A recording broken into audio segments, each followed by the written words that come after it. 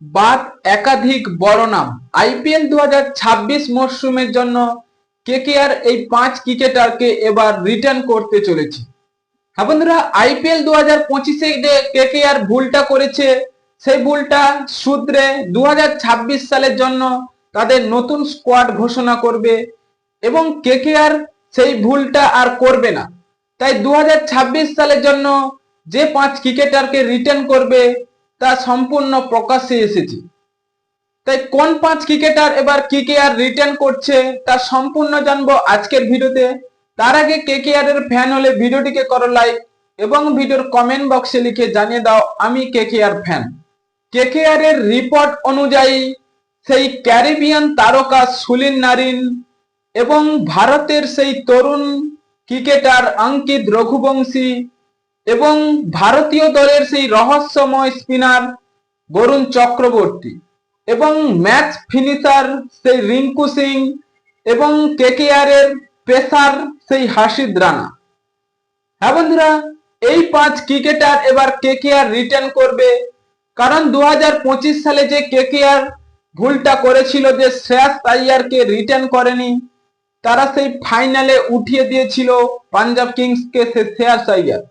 তাই কেকেআর সেই ভুলটা না করে এবার 2026 সালে যাদের পারফরমেন্স ভালো তাদেরকে অবশ্যই রিটার্ন করবে এবং 2024 সালের মতো কেকেআর আবারও 26 সালের জন্য দুর্ধর্ষ স্কোয়াড ঘোষণা করবে।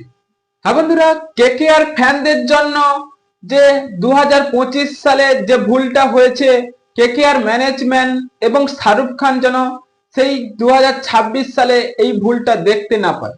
তাই গত মরশুম অর্থাৎ ইন্ডিয়ান প্রিমিয়ার লিগ সেই আইপিএল 2026 অর্থাৎ 19তম মরশুমের জন্য কেকেআর এবার এই 5 ক্রিকেটারকে রিটার্ন করবে এবং কেকেআর এর বড় বিষয় হচ্ছে ওপেনিং।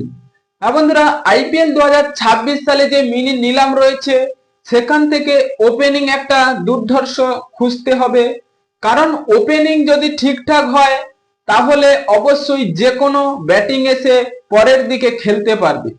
তাহলে শুরুটা যদি ঠিক হয় শেষটা অবশ্যই ভালো হবে। হ্যাঁ বন্ধুরা, আইপিএল 2026-এর জন্য কেকেআর এই 5 ক্রিকেটারকে রিটার্ন করতে চলেছে এবং আপনাদের কি মনে হয় কেকেআর কি এই 5 ক্রিকেটারকে রিটার্ন করলে তারা অনেকটাই সাফল্যের দিকে এগিয়ে যাবে? এখনই আপনাদের মতামত কমেন্ট বক্সে লিখে জানিয়ে দিন এবং চ্যানেলটি সাবস্ক্রাইব করে আমাদের পাশেই থাকুন। ভিডিওটি শেষ পর্যন্ত দেখার জন্য আপনাকে অসংখ্য ধন্যবাদ।